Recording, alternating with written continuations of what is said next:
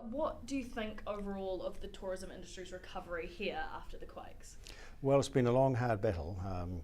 Of course, after the earthquakes, no one wanted to come to Christchurch at all. They thought it was too risky. But then they started to come back, but they found the city quite difficult, quite confronting. It wasn't so bad for a start because all the high-rise buildings were still standing.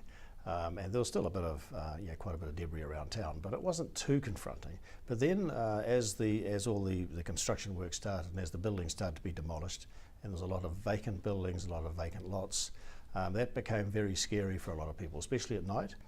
And so they really found it very difficult, and we suffered quite badly for the first couple of years.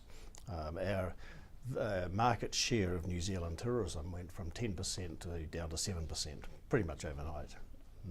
But since then it's climbed back up to 8%.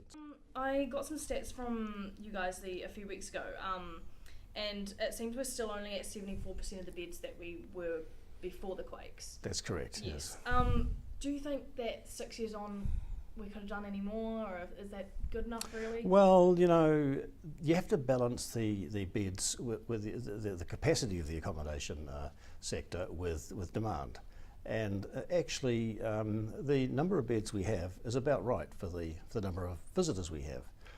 If the hotel capacity in particular gets too far ahead of demand, then the hotels lose money, and that's not good for investment in hotels in the city either.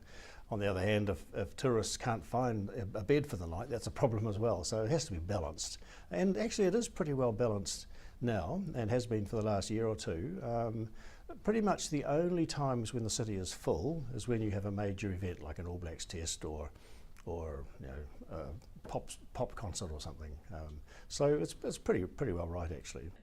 So with the projected increase of New Zealand having 5 million international tourists per year by 2023, do you think that Christchurch will be prepared by that time for that increase? Absolutely.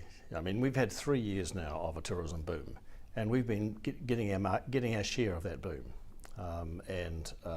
That's been accommodated by the city as more motels have come on stream, more backpackers, more hotel beds. It's slowly been increasing to cater for those increased numbers. I have no doubt whatsoever that the city will be more than capable of handling its share of the tourism boom. And so what are the goals for Christchurch tourism in the next 5 years? Where are you looking at really targeting? Well, the Christchurch City Council has adopted a new visitor strategy. They did that last year, and it's a very bold and innovative strategy, and it involves a lot of sort of actions that are underway at the moment. But that has Christchurch City regaining its pre-earthquake market share of the New Zealand tourism dollar by 2025.